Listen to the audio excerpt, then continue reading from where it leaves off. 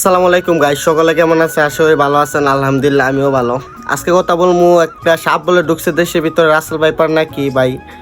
এটা নিয়ে মানুষ যে আতঙ্কে আছে বলতে আপনার প্রত্যেকটা চ্যানেলে প্রত্যেকটা মানুষ এটা নিয়ে ভিডিও করতেছে।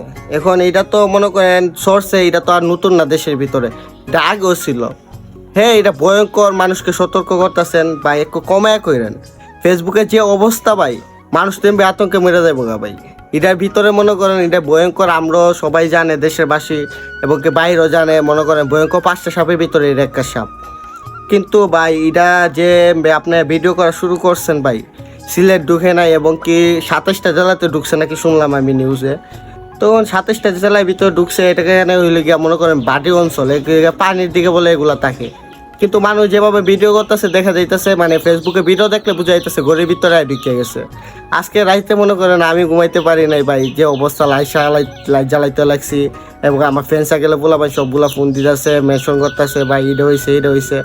আমি বলতেছি আচ্ছা ভাই, এত ভয় পাইস না, এবার ঢুকছে না দেশের ভিতরে। আর সাপ তো স্বাভাবিক থাকতেই পারে দেশের ভিতরে, কিন্তু হ্যাঁ এটা সবাই সতর্ক হয়ে থাকবেন, সতর্ক হইতেই হইব। লাগে এটা যখন একটা ভয়ঙ্কর, মানুষ শুনলাম মানে মানুষ অন্য সাপ দেখলে চলে যায়, কিন্তু এটা মানে তেইরা আসে সবল দেওয়ার জন্য। তার জন্য সবাই একটু সতর্ক থাকবেন।